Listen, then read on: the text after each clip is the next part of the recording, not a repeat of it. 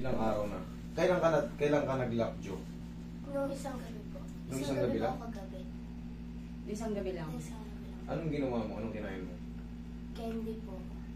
Pag ano, feeling mo, may lumugotok. O hindi mo na mainga nga, paano? Hindi ko po may galaw.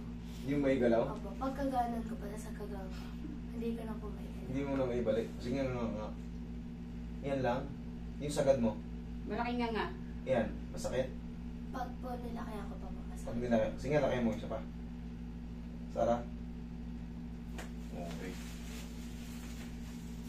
Nag-lockjaw.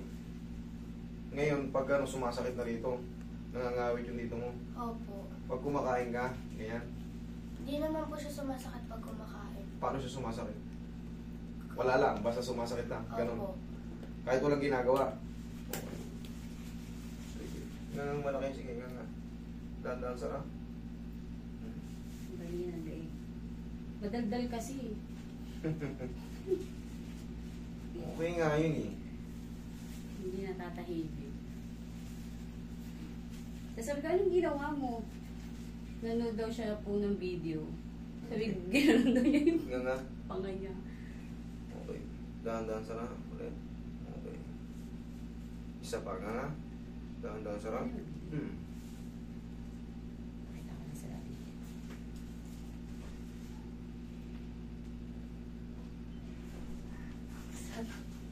Sarap tulad na.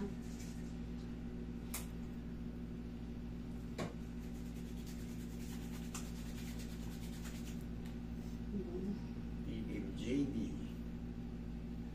Ngayon, pagka ano, iwasan mo yung mga sobrang lalakas ng hikab. Yun ang nakakatakot eh. Yung hikab na ano, yung careless na hikab.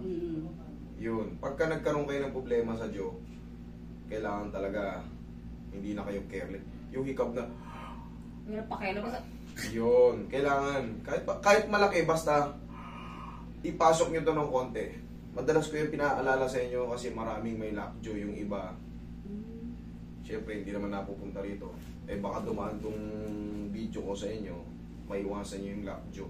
Yung iba hindi na isasara yung bibig. Marami nang pumunta rito na Kasi nakaano na talaga. matanda, bata.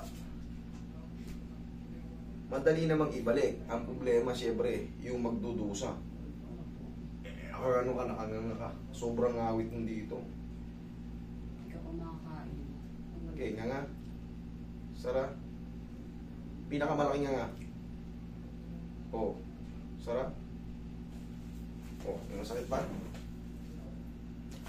Oh. Ang galing.